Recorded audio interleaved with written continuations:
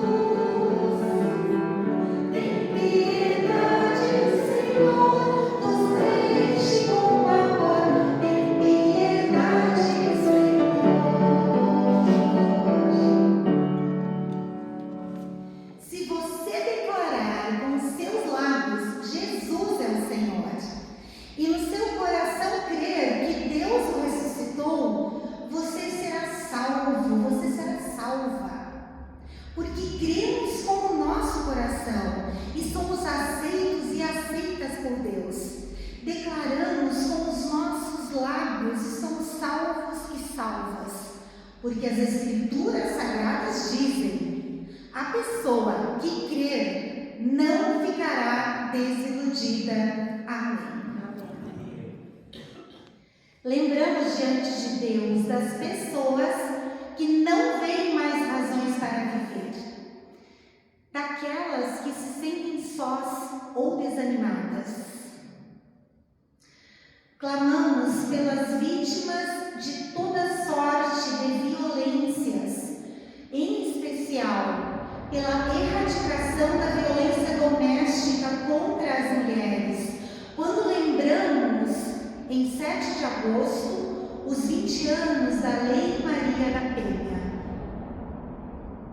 Clamamos a Deus por todas as pessoas do nosso estado que novamente foram atingidas por chuvas intensas, ventos impetuosos e granizo, em consequência da formação de mais um ciclone extratropical, ciclone bomba. E nesse dia em especial, lembramos diante de Deus dos pais que experimentam sofrimentos diversos, pelas dores deste mundo, ó Senhor, imploramos piedade, apressa-te com tua salvação.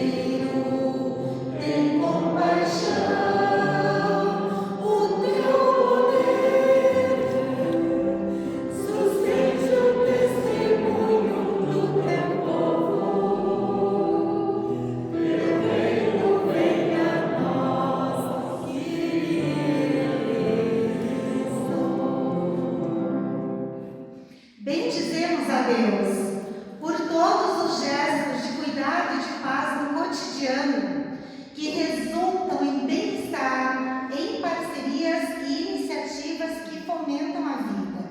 E por isso cantamos.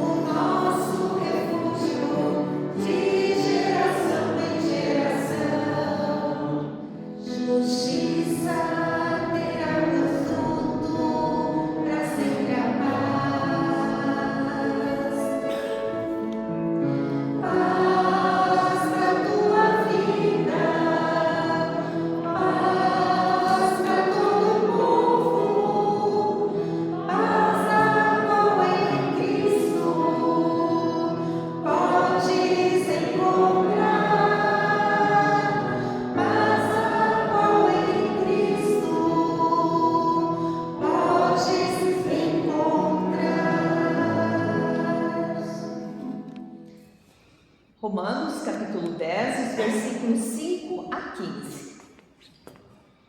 Pois o que Moisés escreveu a respeito de as pessoas serem aceitas por Deus pela obediência à lei foi isto: viverá aquele que fizer o que a lei manda.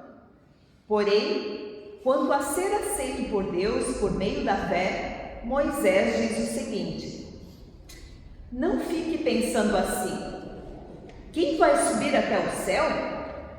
Isto é, para trazer Cristo do céu. Nem pergunte: quem descerá ao mundo lá de baixo? Isto é, para fazer com que Cristo suba do mundo dos mortos. O que Moisés diz é isto: A mensagem de Deus está perto de você, nos seus lábios e no seu coração. Isto é, a mensagem de fé que anunciamos. Isto é a mensagem de fé que anunciamos.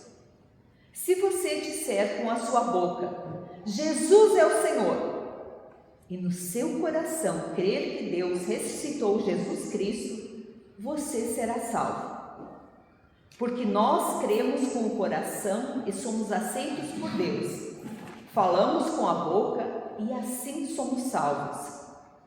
Porque as Escrituras Sagradas dizem: quem crer nele não ficará desiludido. Isso vale para todos, pois não existe nenhuma diferença entre judeus e não-judeus. Deus é o mesmo Senhor de todos e abençoa generosamente todos os que pedem a sua ajuda. Como dizem as Escrituras Sagradas, todos os que pedirem a ajuda do Senhor serão salvos. Mas como é que as pessoas irão pedir se não crerem nele? E como poderão crer se não ouvirem a mensagem? E como poderão ouvir se a mensagem não for anunciada?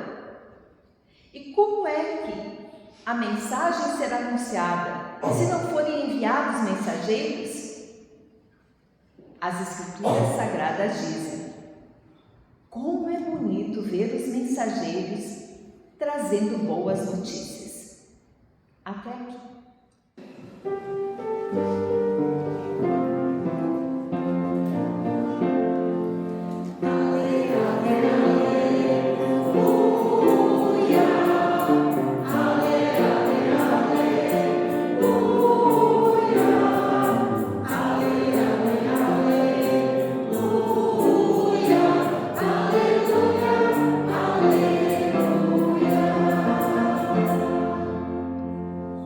Diz assim a palavra de Deus. Ali ele entrou numa caverna para passar a noite, e de repente o Senhor Deus lhe perguntou: o que você está fazendo aqui, Elias? Ele respondeu: ó Senhor Deus Todo-Poderoso, eu sempre tenho servido a ti e só a ti.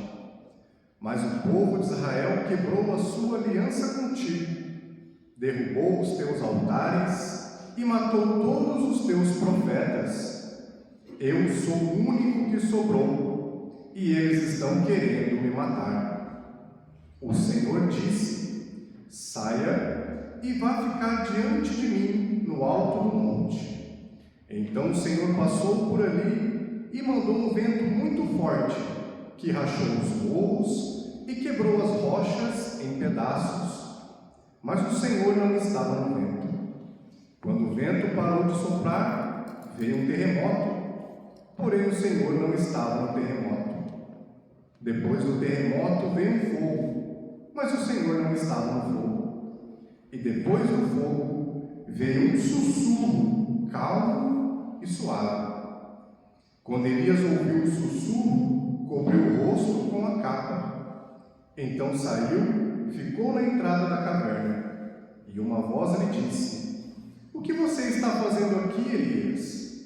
Ele respondeu: ó Senhor Deus Todo-Poderoso, eu sempre tenho servido a ti e só a ti. Mas o povo de Israel quebrou a sua aliança contigo, derrubou os teus altares e matou todos os teus profetas. Eu sou o único que sobrou, e eles estão querendo me matar. Então o Senhor Deus disse: volte para o deserto que fica perto de Damasco. Chegando lá, entre na cidade e unja a Hazael como rei da Síria. Unja Jeú, filho de Ninsi, como rei de Israel, e unja Eliseu, filho de Safate, de Abel, Meolá, como profeta, para ficar em lugar de você. As pessoas que não forem mortas por Hazael serão mortas por Jeú, e todos os que escaparem de Jeú serão mortos por Eliseu. Mas eu deixarei 7.000 pessoas vivas em Israel, isto é, todos aqueles que não adoraram o Deus Baal e não beijaram à sua imagem. Amém. Que a graça de nosso Salvador Jesus Cristo, o amor do Deus Criador e a comunhão do Santo Espírito sejam conosco. Amém. Quando nós pensamos em nosso Pai, ou na pessoa que teve ou tem o papel de pai em nossa vida, que memórias, sentimentos, imagens nos vêm à mente? Eu posso imaginar que, como nós somos muitas e muitos, as respostas a essa pergunta, se pronunciadas em voz alta, elas seriam as mais diversas possíveis. E elas ainda adquiririam um outro tom conforme a fase da vida em que nós nos encontramos e em que o nosso pai se encontra. Para algumas pessoas, a figura paterna é presença, memória, porque o seu pai já não está mais consigo. Nesse Dia dos Pais, a série ecumênica, que indica para a gente os textos bíblicos que nós vamos seguir nas pregações, ela nos convida a refletirmos sobre uma pessoa referência entre o povo de Israel, o profeta Elias. E nós vamos encontrar a história de Elias, gente, somente em 3 capítulos do livro de 1 Reis, aqui no Antigo Testamento. Profetas sempre tinham a tarefa de denunciar o que havia de errado nos reinados e de anunciar a vontade de Deus. E a gente pode imaginar que isso não era uma tarefa nada fácil, nem agradável, nem desejada. O Elias, ele viveu no tempo do rei Acabe, que foi um rei com mandato longo, de 22 anos. Mas nós lemos em 1 Reis 16:30 que o rei Acabe pecou ainda mais do que os outros reis que o antecederam. E por isso, na sequência, o testemunho bíblico vai tecendo uma crítica tanto ao rei Acabe quanto à sua esposa, a Jezabel, que adoravam o Deus Baal, que era o Deus dos povos cananeus e fenícios, considerado o Senhor da chuva, das tempestades e também da fertilidade agrícola.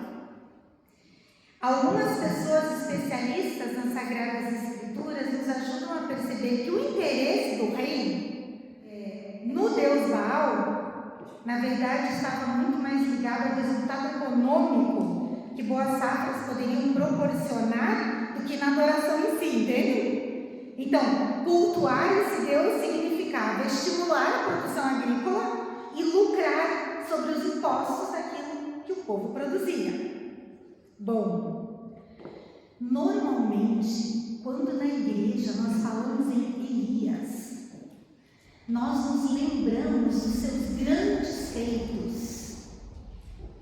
Elias anunciou que durante alguns anos não haveria nem chuva, nem orvalho sobre a terra, e que naturalmente, então, tudo iria secar e a terra iria parar de produzir, como demonstração da insatisfação de Deus com o tipo de reinado que o Acabe fazia. E como a profecia de Elias se realizou, ele precisou fugir e diante da própria fome. O Elias experimentou o cuidado de Deus, segundo aquele relato tão profundo e singelo da viúva pobre de Serepta que reparte com Elias pão e água, encenado aqui no último culto da família, no ano passado. Naquele contexto, Elias também trouxe de volta à vida o filho da viúva de Serepta. E em seguida, quando voltou a chover, o Elias desafiou os profetas de Baal e o resultado foi mais uma vez que o Elias precisou fugir. Quando os evangelhos nos contam sobre o dia em que Jesus convidou os discípulos, Pedro, Tiago e João, para subir lá no alto do monte. Naquela ocasião, os discípulos viram Jesus com uma aparência diferente. E junto com Jesus estavam quem?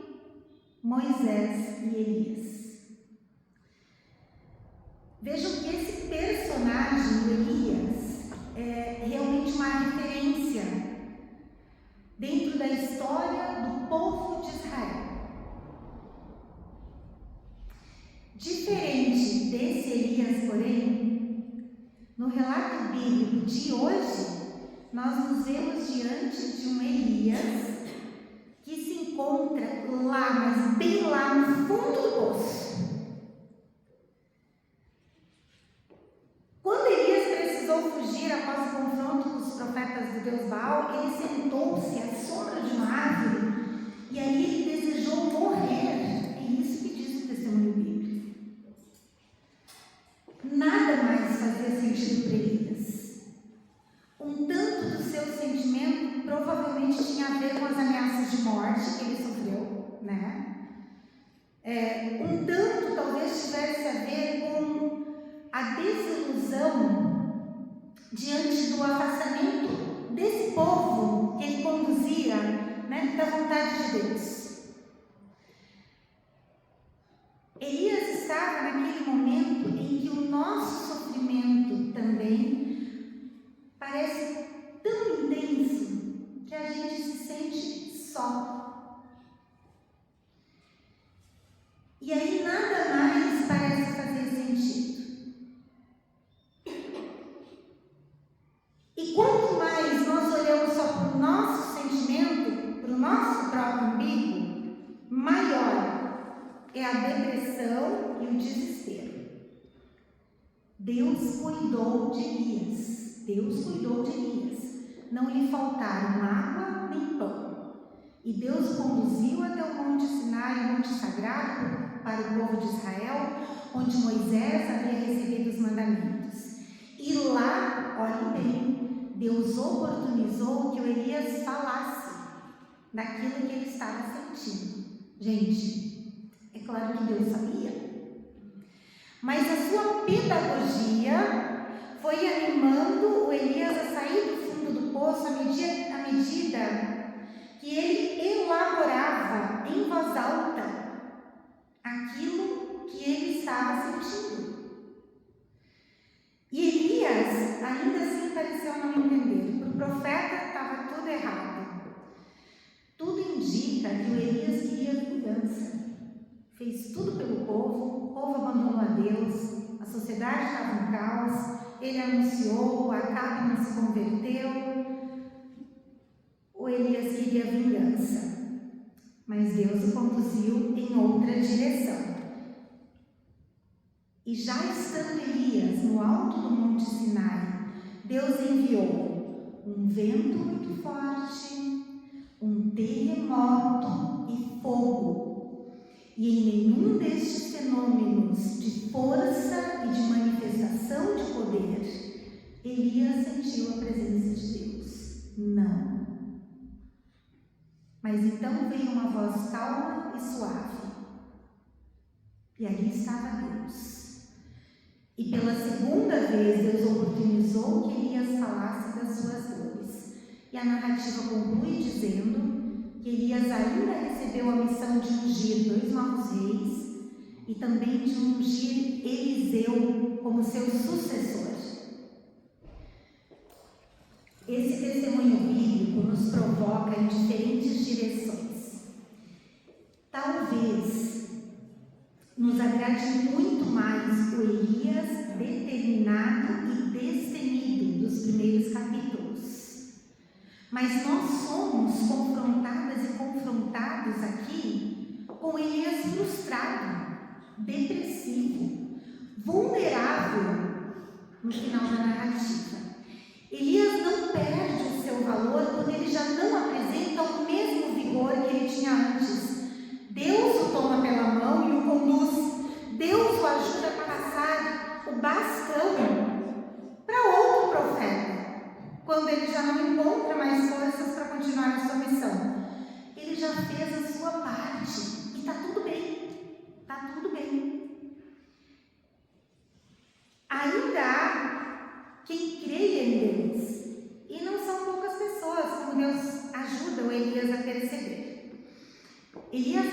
sentindo acolhido e ele sabe que não está sozinho. Deus pratica aqui, gente, o que nós chamamos de escuta ativa. Ele ouve, ajuda a esperançar e a dar o primeiro passo adiante. Neste Dia dos Pais, a figura de Elias e a narrativa que o envolve vem inspirar novos paradigmas de masculinidades e novas práticas. Vejam que também os homens que exercem a paternidade não precisam ser fortes, determinados e destemidos o tempo todo, como a nossa cultura quer nos fazer crer. A fragilidade, ela faz parte da vida humana e isso não tem nada a ver com o sexo biológico de alguém.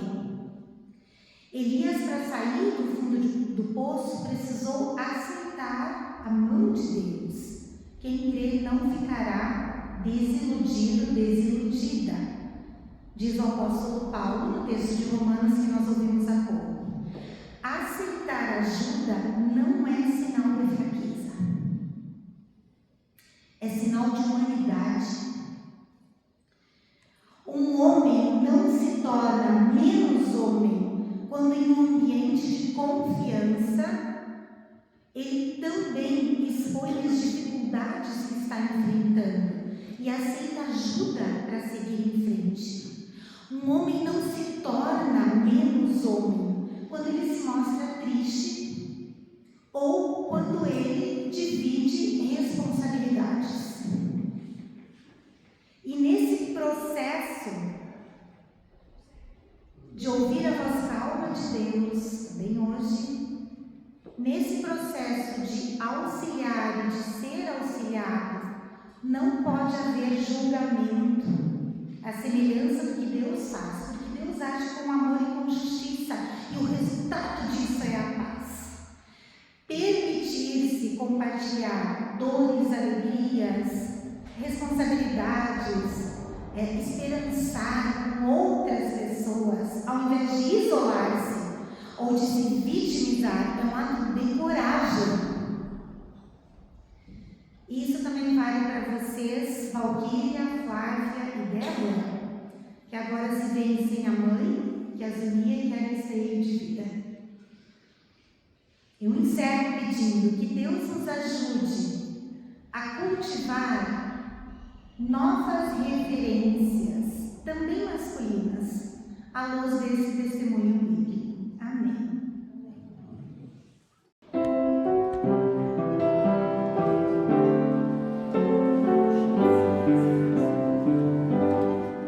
Comunidade de fé se alegra com papais nesse dia, reflete com profundidade, se deixa desafiar por novas posturas a partir da palavra de Deus e também acolhe com carinho quem se encontra em sofrimento, assim como Deus fez com Elias. Hoje nós nos lembramos de Vilma Bert Young, nascida em 6 de dezembro de 1955 em Santa Cruz, e falecida essa semana, no dia 4/8, aqui em Porto Alegre. Deus da vida, ouve nossa oração. Nós te agradecemos hoje por toda a trajetória de professora, de mãe, de esposa, de amiga que a Vilma viveu entre nós.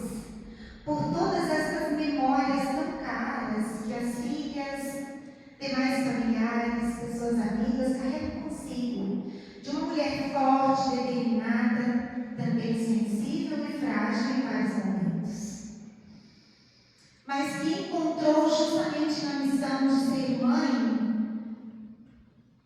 a força para se levantar no momento mais difícil que ela passou.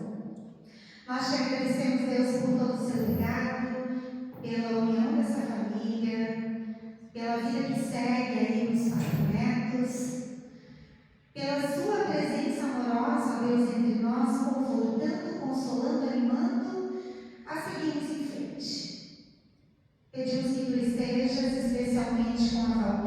com a Flávia e com a Débora, que as mantenham unidas enquanto família e que preservem na vida delas todo esse amor que elas receberam da sua mãe. A todos e todas nós, ó Deus, fortalece a fé na ressurreição. Ajuda-nos a crermos com muita confiança, que também quando já não temos mais força para seguir aqui, também quando nós falecemos, nós nos encontramos em teu colo e assim permanecemos até o dia da ressurreição. A ti, ó Deus, nós intercedemos também por todas as pessoas vítimas das mudanças climáticas em tantos lugares. Carrega-nos em nossos medos diante dessa situação, em nossas preocupações a curto, médio e longo prazo, mas especialmente desperta em nós a consciência da mudança. Envolve-nos como pessoas ativas na busca da justiça socioambiental. Nós trazemos a Ti, ó Deus, nesse domingo, Dia dos Pais, todos os papais, intercedendo por tantas situações diferentes. Pelas filhas e filhas que sentem a saudade do seu pai, pelos pais que sofrem em função da vida e das decisões de alguns filhos, pelos pais que sofrem porque perderam filhos, pelos pais que não conseguiram amar seus filhos e as suas filhas, não conseguiram exercer uma paternidade responsável e se afastaram deles, delas. Nós intercedemos a Ti, ó Deus, pelos pais que estão aqui na igreja.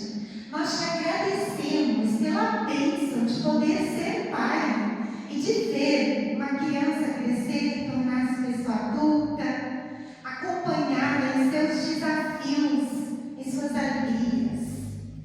Poder segurar em sua mão e seguir com ela. Nós te agradecemos, ó Deus, por essa tua comunidade, pela nossa vida. Colocamos também o desafio de vivermos novos referenciais de masculinidade entre nós. Tudo isso, todas as pessoas enfermas, nosso país, nossas relações ecumênicas, em tuas mãos, quando em conjunto oramos, como Jesus nos ensinou, dizendo: Pai nosso que estás no céu, santificado seja o teu nome, venha o teu reino, seja feita a tua vontade, assim na terra como no céu. O